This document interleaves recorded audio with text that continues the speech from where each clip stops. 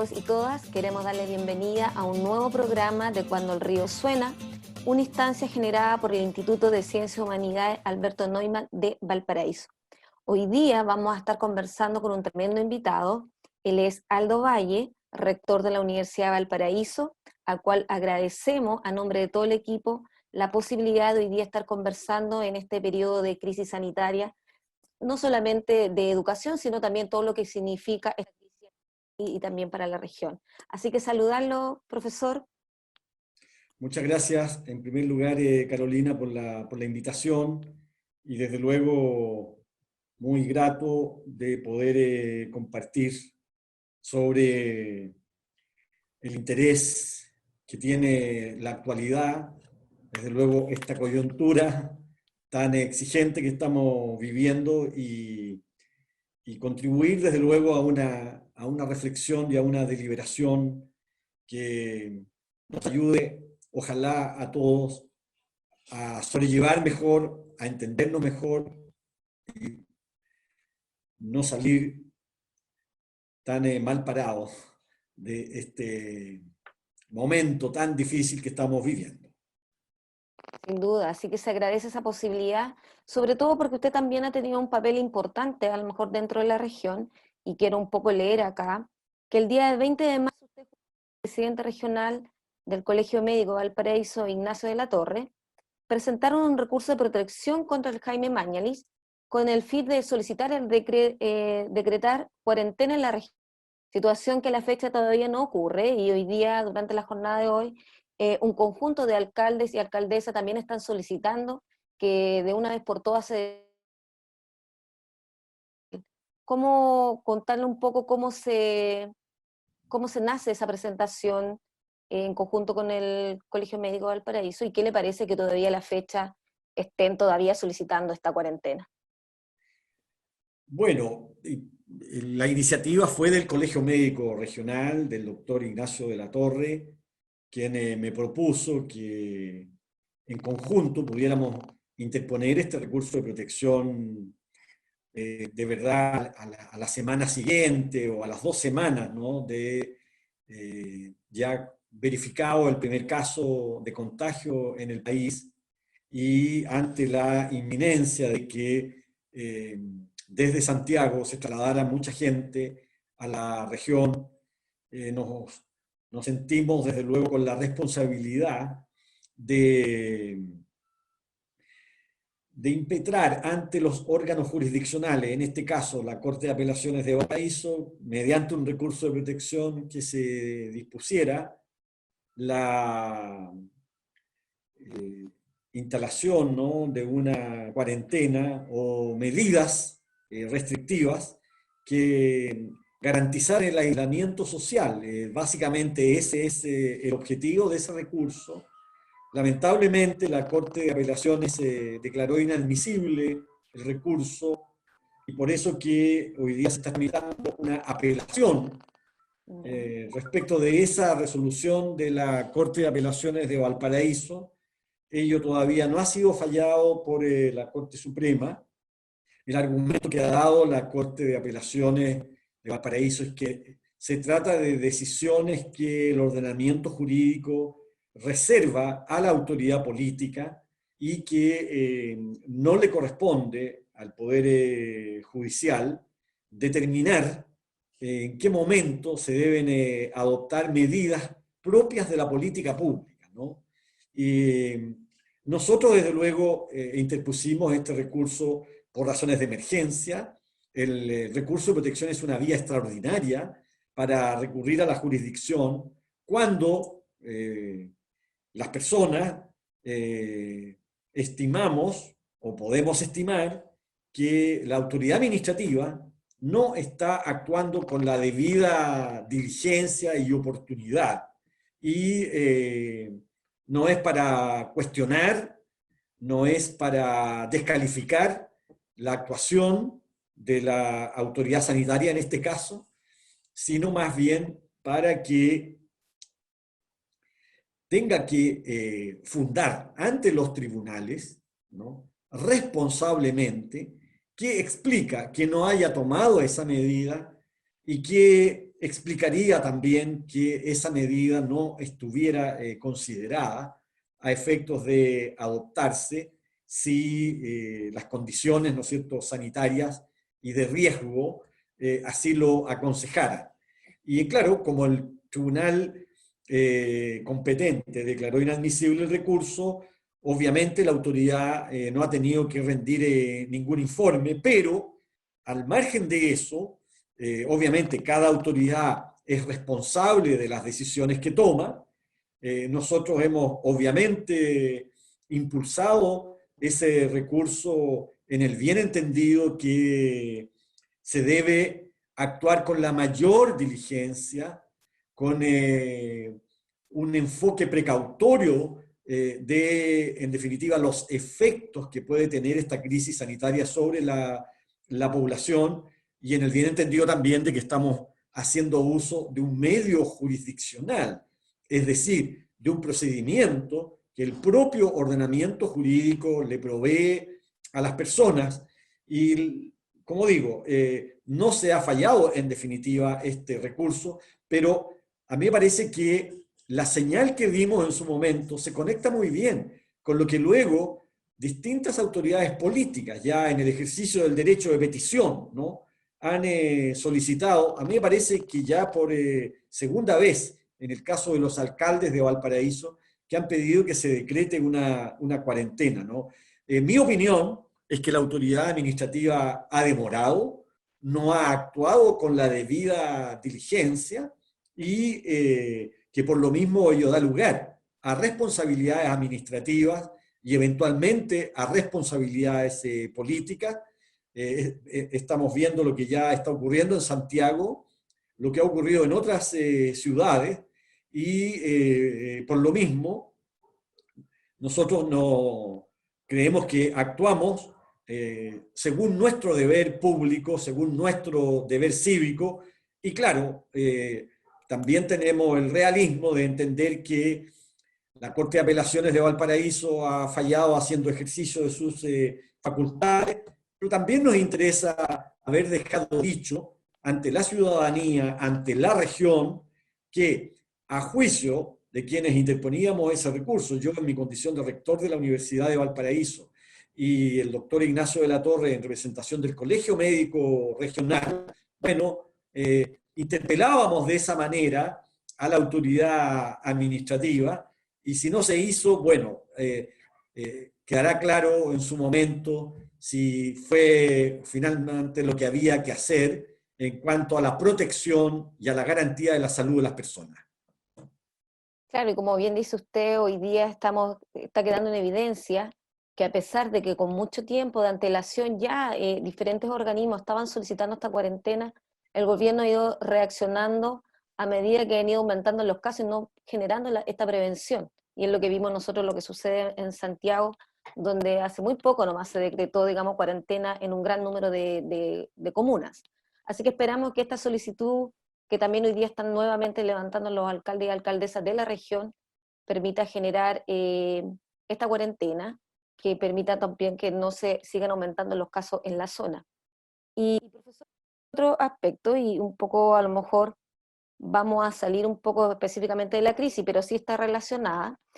tiene que ver un poco con lo que se marcó el año pasado, con toda la movilización, con todo el estallido social, y específicamente la PSU estuvo marcada por movilizaciones en todo el país. Y en ese aspecto se indicó que durante este año 2020 se iba a realizar una prueba de transición. Y en ese aspecto quisiéramos conocer cómo se ve el panorama de avanzar a este nuevo sistema de transición para el acceso a la educación superior en este contexto de pandemia o en este contexto de crisis, entendiendo que hoy día las clases están suspendidas. Por lo tanto, existe una preocupación también de los estudiantes, del profesorado y también de las familias de saber qué va a suceder con este proceso, cómo lo están viendo ustedes desde la universidad. Bueno, yo creo que aquí hay que distinguir, por una parte, los cambios que indudablemente hay que introducir en el sistema de admisión, atendía a la asimetría estructural que en orden a la calidad tiene el sistema educacional chileno y a su vez hacernos cargo de la coyuntura que se produce para el proceso de admisión 2021, ¿no? Porque obviamente que hay un número muy importante de estudiantes que van a llegar en una condición más desigual a rendir estas pruebas que las que llegaban en años anteriores. Y entonces me gustaría responder en uno u otro sentido.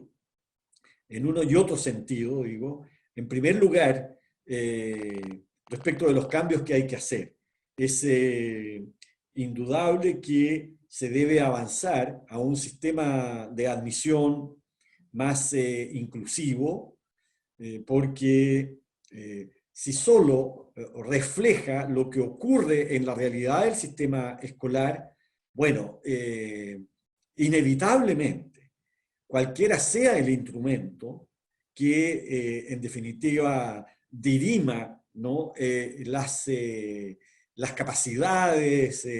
las competencias alcanzadas en el sistema escolar, va a reflejar esa desigualdad estructural que hay en el sistema educacional. Yo con esto también quiero decir que no es necesariamente el instrumento,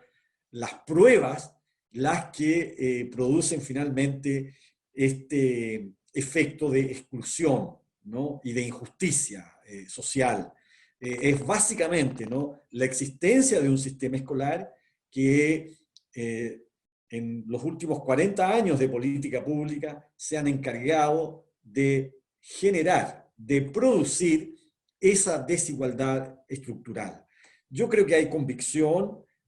a nivel del ministerio, a nivel del sistema educacional y también de los rectores, en el sentido de que es necesario hacer ese cambio en el sistema de admisión. Yo concretamente creo que una manera, ¿no?, de dar una respuesta a la demanda, a la legítima demanda social por una oportunidad para acceder a la educación superior, es crear un bachillerato de acceso universal basado no más que en el ranking de rendimiento en el sistema escolar, de modo que sea válido para todos los establecimientos y reconozca finalmente el desempeño y el mérito que cada estudiante ha tenido en su entorno socioeducativo, ¿no? Y no hacer competir a los entornos socioeducativos, porque en definitiva hoy día el sistema lo que hace es que pone en competencia a los sistemas escolares que claramente están segregados. Chile es uno de los países que tiene el sistema escolar más segregador en todo el universo de los países OCDE, con los cuales nos gusta tanto compararnos. Bueno, Chile tiene el sistema más segregador. Y en ese sentido, entonces, avanzar en un bachillerato que permita, por ejemplo, a las generaciones que ya están en el sistema escolar, por lo menos digo yo por los próximos 5 años, ¿no? O 6 años, un bachillerato de acceso universal sobre la base, digamos, no más que del rendimiento, que debería dar la oportunidad entonces a esos jóvenes luego de rendir las pruebas o de poder acceder a las carreras en la universidad en que hayan hecho ese bachillerato, sobre la base de sistemas, digamos, que las propias universidades tienen o deberían tener. Y en consecuencia, lo que se requiere aquí para resolver esta demanda es una respuesta de la política social. Debemos hacer cambios en los instrumentos, es cierto, pero los instrumentos siempre van a reflejar las diferencias que hay en el sistema escolar. Es muy difícil llegar a tener un instrumento que no refleje esa diferencia. Si usted mantiene la misma oferta de vacantes, es indudable que quienes hayan tenido entornos socioeducativos más favorables van a llegar finalmente con mejores rendimientos. Entonces, yo creo, digamos, de que el cambio que debiera hacerse es permitir que sobre la base del mejor desempeño en todos los entornos educativos, los estudiantes pudieran acceder a un bachillerato que luego les dé la posibilidad o de rendir las pruebas de acceso o simplemente de, dentro de la universidad en que hicieron este bachillerato, acceder a otras carreras dependiendo de los rendimientos que hayan tenido también en ese primer año de bachillerato. Eso yo digo como respuesta al sistema de admisión, pensando, digamos, en el largo plazo, no necesariamente en este año. Y luego, respecto de este año, a mí me parece que debiera hacerse un esfuerzo en el sentido de generar condiciones para que quienes pudieron recibir menos contenido, menos formación en este año, no se vean expuestos a unas pruebas de selección universitaria en que les incluyan materias que eran propias, digamos, de cuarto medio, porque este cuarto medio, bueno, la mayoría de los estudiantes de la educación particular subvencionada o de la educación municipal no pudieron recibir, o si la recibieron, lo hicieron en condiciones muy precarias y que en definitiva no garantizan objetivos de aprendizaje. Entonces, el instrumento esta vez debiera tener una significativa reducción de contenido, de modo que esta prueba de transición no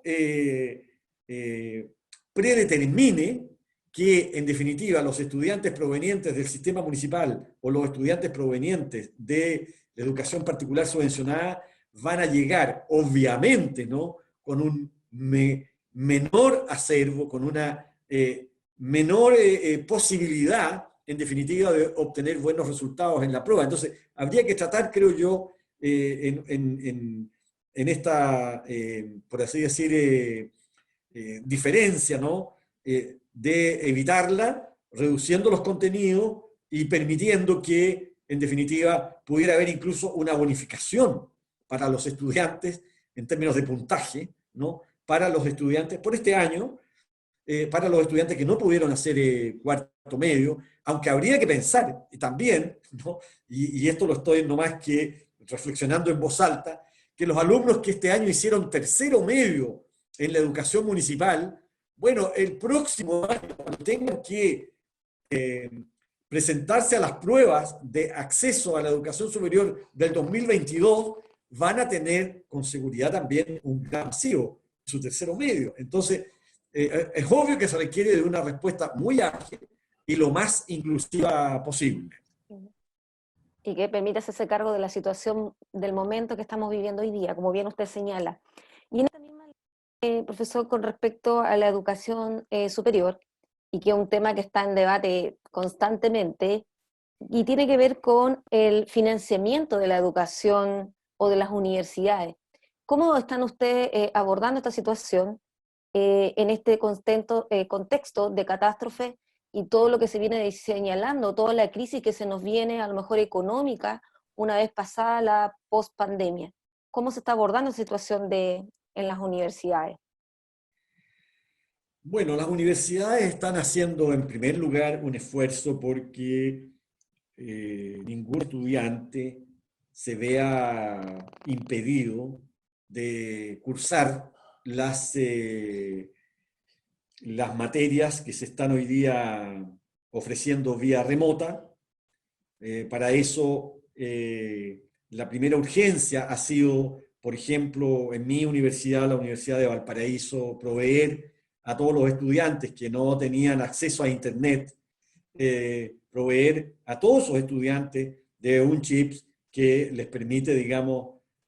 con una capacidad de 100 gigas, ¿no?, acceder a toda la docencia remota que hoy día se está entregando. Y también, ¿no?, hemos hecho un esfuerzo para proveer de equipos, de computadores a muchos estudiantes.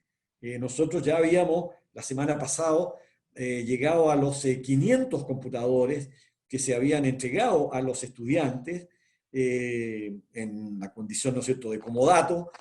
Nosotros somos una institución pública, no podemos disponer simplemente de la propiedad, digamos, de bienes públicos, pero con el propósito, obviamente, de que ellos puedan, por esa vía, ¿no es cierto?,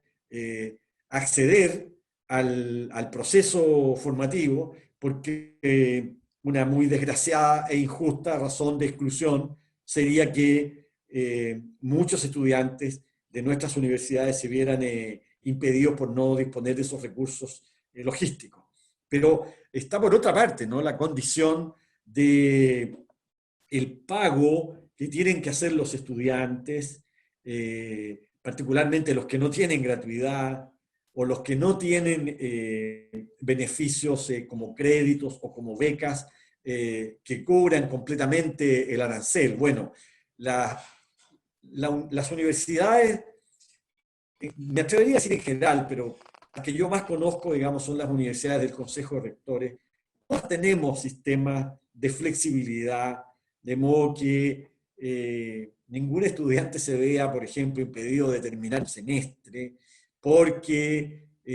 pudo pagar el primer mes y ya no pudo pagar lo siguiente. Y siempre tenemos ese sistema más bien de que los estudiantes puedan ir poniéndose al día al semestre siguiente o al año siguiente. A mí no me cabe la menor duda, digamos, de que ahora vamos a necesitar de un esfuerzo más prolongado en el tiempo, porque claro, hemos asumido el compromiso público como Consejo de Rectores de que ninguna o ningún estudiante de nuestras universidades se va a ver excluido de poder cursar, ¿no? Ya sea este semestre o todo el año, porque no pudo pagar el copago o no pudo en definitiva cumplir con el arancel, porque entendemos que van a haber muchos casos, ¿no es cierto?, de familias que van a haber disminuido sus ingresos y obviamente que perseguir, sancionar, en definitiva, dejar a un estudiante excluido de su matrícula, de su condición de alumno regular, en estas condiciones sería, además de un desatino, un acto muy injusto y carente, digamos, de todo compromiso cívico y social, ¿no? De modo que yo reafirmo ese compromiso porque, aunque ya no soy el vicepresidente del Consejo de Rectores, dejé de serlo el día jueves 30 de abril, a mí me parece que interpreto a todos los rectores que integran, ¿no es cierto?, nuestro consejo, porque hemos asumido ese compromiso y lo vamos a honrar sin lugar a dudas.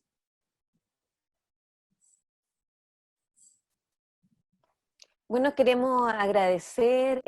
profesor, esta posibilidad de haber conversado con usted en un nuevo programa Cuando el Río Suena y haber tenido la posibilidad también a lo mejor dar respuesta a muchos estudiantes, familias que hoy día están viendo el programa y un poco le da cierta tranquilidad por todos los procesos que usted señalaba y también este tema de recursos que sin duda va a ser un tema que va a seguir para largo una vez que pasemos y superemos esta crisis sanitaria producto del COVID-19. Así que gracias a usted por poder sumarse a estas plataformas que también nos permiten llegar, a pesar de estas cuarentenas, a distintos hogares a nivel de la región y también a nivel país, ¿por qué no decirlo? Muchas gracias, Carolina. Muchas gracias a Cuando el Río Suena por esta invitación, porque nos da la oportunidad a los rectores de dar a conocer cuáles son también nuestras preocupaciones y cómo estamos, desde luego, muy conscientes, ¿no?, de la situación que puede afectar a nuestros estudiantes y sus familias, y dar en eso entonces un mensaje de tranquilidad y asumir un compromiso público que desde luego, repito, vamos a honrar porque es lo que corresponde a una institución, ¿no es cierto?, que tiene como misión educar, que tiene como misión elevar a la sociedad